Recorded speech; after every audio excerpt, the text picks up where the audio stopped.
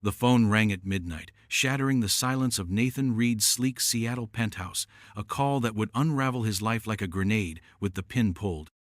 Nathan, a 42-year-old ex-Green Beret, turned CEO of Vanguard Tech, a cybersecurity empire guarding the Pacific Northwest's digital secrets, was no stranger to high-stakes missions. But nothing in his military past prepared him for the voice on the other end. His 16-year-old daughter, Harper, whispering through static, "Dad, Mom's betraying you. I found proof. You need to see this now." Her words hit like shrapnel, and Nathan's world, a carefully constructed fortress of Successa waterfront condo, a 20-year marriage to Lauren and Harper. His brilliant, intuitive Minnie began to crumble. Nathan bolted upright, his heart racing as if he were back in a desert ambush. He threw on a hoodie, grabbed his keys, and sped to Harper's downtown loft, where she'd been staying under the guise of studying for finals. The Seattle skyline glittered coldly outside, mocking his illusion of control. Harper, pale and trembling, met him at the door, clutching a USB drive like it was a live wire. "I hacked Mom's cloud account," she confessed, her voice cracking. "She's been lying, Dad, about everything."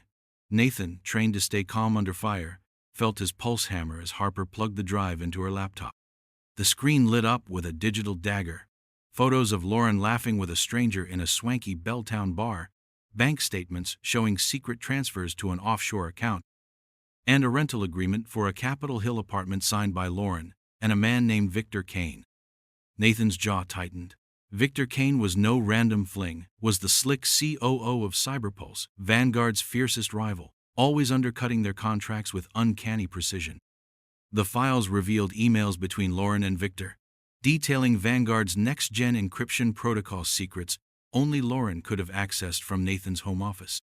Worse, there was a forged medical report claiming Nathan suffered from severe PTSD-induced aggression, a lie designed to torch his reputation.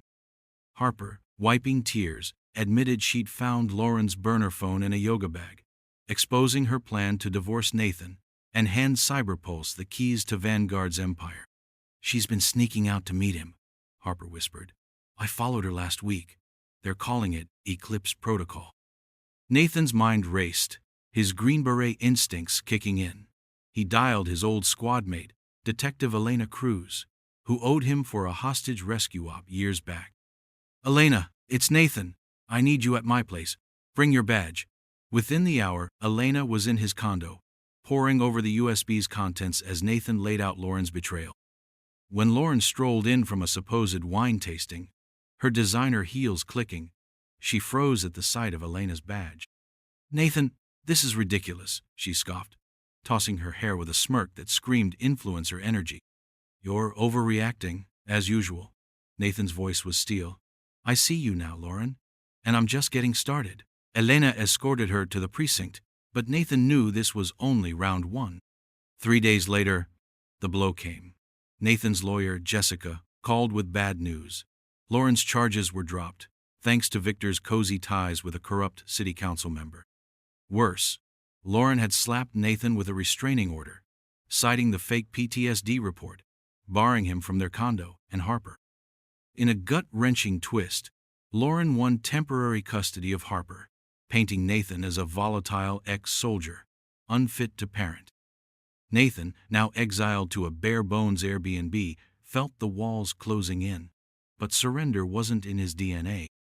He rallied his Vanguard team cyber genius Mia, ex-Marine Logan, and hacker prodigy Samto dig into Victor's past. What they found was chilling. Victor had ruined 6 tech moguls by seducing their partners, leaking trade secrets, and staging public meltdowns. One ex-wife had vanished after a mysterious accident. Harper, ever resourceful, sent Nathan a coded text from a burner phone. "Mom's taking me to Grandma's in Portland. She mentioned Eclipse again. I'm scared." Nathan's blood ran cold. Eclipse Protocol wasn't just a divorce plot, it was a corporate heist to gut Vanguard and discredit him. He activated his old Green Beret network, calling in favors from Mia, Logan, and a shadowy fixer named Riley, who'd saved his life in Kabul. "We're going to war," Nathan told them, his voice low but lethal. In a cheeky jab at Lauren's influencer lifestyle, Mia accidentally froze her bank accounts, leaving her red-faced at a hipster juice bar when her card was declined. Oops, Mia chuckled over comms. Guess her kale smoothie's on hold. Logan tipped off the Capitol Hill landlord about illegal subletting, getting Lauren and Victor's love nest evicted. Sam, posing as a gym bro, swiped Victor's smartwatch data during a spin class, uncovering texts that laid bare their plan. Use Lauren to steal Vanguard's algorithms, frame Nathan as unhinged, and force a hostile takeover by Cyberpulse. The texts also revealed a scheme to ship Harper to a remote Idaho boarding school to keep her quiet. Nathan's rage simmered, but he stayed focused. He planted a fake encryption code on Vanguard's servers, rigged with a digital tracker, knowing Victor couldn't resist stealing it. Sure enough, Cyberpulse bit, downloading the bait while Nathan's team traced the hack to Victor's laptop. At the custody hearing, Lauren played the victim flawlessly, tears streaming as she described Nathan's terrifying rages. The judge, swayed by her performance and the inadmissible smartwatch data, upheld her custody of Harper. Nathan, in a tailored suit but with a touch of stubble for effect, kept his cool, though his heart screamed. Outside, Victor leaned against a Tesla, smirking. Fold now, Reed, or lose everything. Nathan stepped close, voice deadly calm. Real hunters don't brag, Kane. They wait and they kill. Victor's grin wavered as Nathan walked away, already plotting his next move. Phase 2 was surgical. Nathan leaked anonymized Cyberpulse financials to the SEC, hinting at insider trading, while Riley fed the FBI tips about Victor's shady bids. The feds began circling, and Cyberpulse's stock wobbled. Harper's friend Chloe, nervous but loyal, slipped Nathan a microchip at a coffee shop. Harper hid this in my backpack, she whispered. She said it's your ace. The chip held Nest camera footage Harper had rerouted to a secret cloud server, showing Lauren and Victor in Nathan's office, laughing as they copied files. In a darkly funny moment, Lauren fumbled Nathan's biometric safe, muttering, "He's not that clever," only to trigger an alarm that locked her out. The footage also caught Victor coaching Lauren to stage a fake assault, smudging makeup to mimic bruises for court. Nathan handed the footage to Elena, who confirmed it was admissible. Her team raided Victor's waterfront penthouse, finding burner phones, forged reports, and a contract tying him to Cyberpulse's espionage. The evidence also showed Victor had preyed on Lauren's insecurities, promising her a glamorous life post-divorce while planning to ditch her. Nathan felt a flicker of pity, but it vanished when he recalled Harper's fear. In a heart-pounding moment, he watched from an unmarked van as Elena arrested Lauren at their condo, her athleisure clashing absurdly with handcuffs. Lauren, spotting Nathan, screamed, "Victor made me do it! I was saving us!" Nathan's reply was ice. "You chose him over Harper. She chose me." Victor, nabbed simultaneously, smuggled a text from lockup. "This isn't over, Reed. I'll bury you." Nathan fired back, "Try harder next time, Kane," and tossed the burner phone. Cyberpulse's stock tanked as the FBI dug deeper, and Vanguard swooped in, snagging their contracts. The custody order flipped, and Harper ran into Nathan's arms, their bond unbreakable. In a satirical twist, Lauren's mindfulness coach brand imploded when her followers learned she'd faked her Zen persona.